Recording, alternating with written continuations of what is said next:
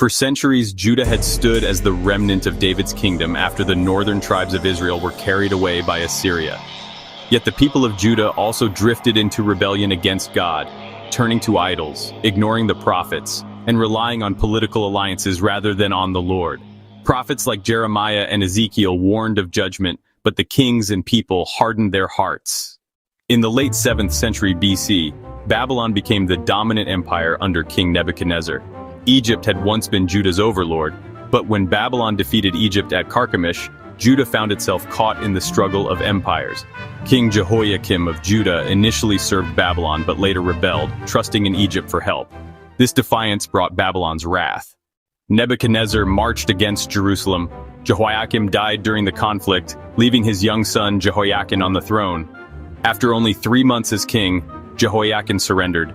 In 597 BC, Nebuchadnezzar deported him, the royal family, skilled workers, and thousands of leaders to Babylon.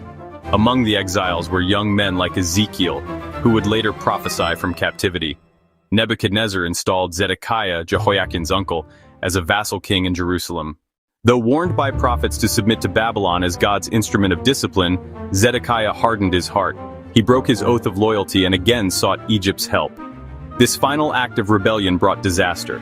In 588 BC, Nebuchadnezzar returned with his armies. Babylon laid siege to Jerusalem, surrounding it with walls of soldiers and cutting off food supplies. For nearly 2 years, the people inside suffered famine and disease.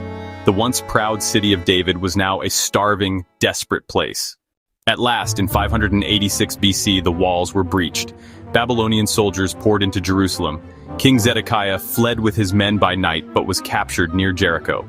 In a brutal act of judgment, Zedekiah's sons were executed before his eyes, and then his eyes were put out, his last sight being the death of his line. He was bound in chains and carried to Babylon. Nebuchadnezzar's commander, Nebuzaradan, oversaw the destruction of Jerusalem.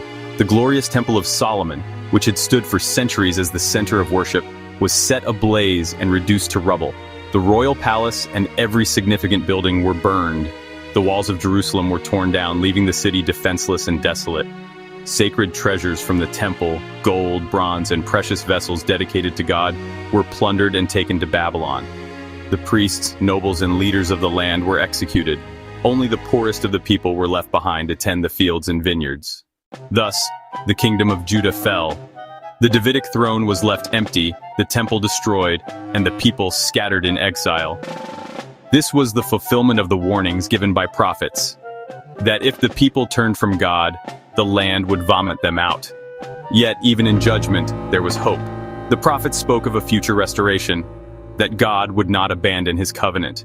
Though the people were carried into Babylon, the line of David was preserved, and the promise of a coming Messiah remained alive. The exile marked a turning point in Israel's story. The people would weep by the rivers of Babylon, remembering Zion and long for the day of return.